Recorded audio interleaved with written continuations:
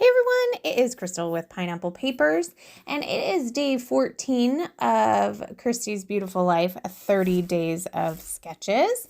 And today's sketch is from Stacey Tewari, I think. So if I have any information for you, I will link that down below, as well as the playlist always. And then I am using my March Color Rush Studios kit. And this layout's going to take a little bit of a different turn.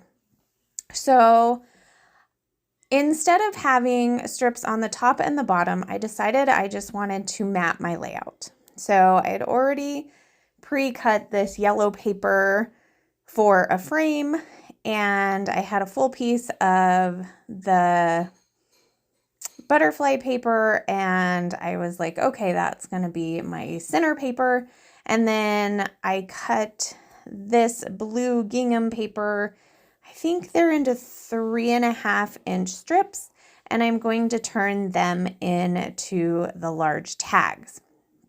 So amazingly enough, so I just fold my papers together and trim off the edges, and crazily enough, they were all the same size. Like, I'm not sure that you could do that on any given day. So I went ahead and did that, and then I punched my holes, and then I'm going to put them down, and I'm kind of looking at them, and I'm like, okay, this kind of looks like the sketch. I'm not super digging it right now. And I'm like, okay, well, maybe I just need to worry about my photos. So I am doing photos of our Easter egg hunt from last year. So my thought is I will put a picture of my son on one, my daughter on the other, and then in the middle add 2 photos of one of each. So I'm going to cut them down to 3 inches. And then, like right now, I think they're close to the 6-inch mark, because I'm thinking, okay, these are really tall tags, which I really like that idea. So I can use larger photos, right? So I know that the 2 in the middle are going to have to be smaller because the tag is not over 12 inches. So I can't have 2 6-inch photos on there. So I'm just going to kind of randomly cut them down so that they are going to fit on the tag. So I'm looking at it and I'm looking at it, and I'm not digging it. I'm like, okay, I don't know if it's the butterfly paper. I'm not sure what it is. So I'm going to change my thought process, and I'm going to go ahead and take the tissue paper that has come in the kit, and I'm going to back what I thought was going to be the back. And I'm not sure that I am loving the tags right now either, but I am absolutely loving the idea of this tissue paper as the back. So I'm going to go ahead and stick that down, and then I'm just going to flip it over, and my first thought is to cut it with these little scissors. I should have grabbed my big scissors. I don't know what I was doing. But because I had it stuck down, I'm like, oh, I can probably tear it just as easy. So when all is said and done, I tear all the way around. And then I'm going to back it on a plain piece of white cardstock. That way it's not just open to the back. I felt like if you didn't back it with something, it probably would have tore at some point. But now that it is backed with a piece of white cardstock, I think that it's going to be just fine. So I'm loving this. I'm like, okay, we're off to a good start. Not really sure that I'm like really loving how I'm doing with the sketch, but I'm like, okay, it's okay. I'm going to get there, right? Like, it's a jumping off point. So I felt like the border needed to be roughed up, and I couldn't get my edge distresser in there. So I very carefully got my fingernails in there, and I was like, okay, I'm gonna make this work. So I had put the blue and white on there, and I was like, maybe I'm just not loving the gingham. Maybe I want to just do 2 tags. And I'm like, okay, well, let's trim these down a little more. I'm not really sure.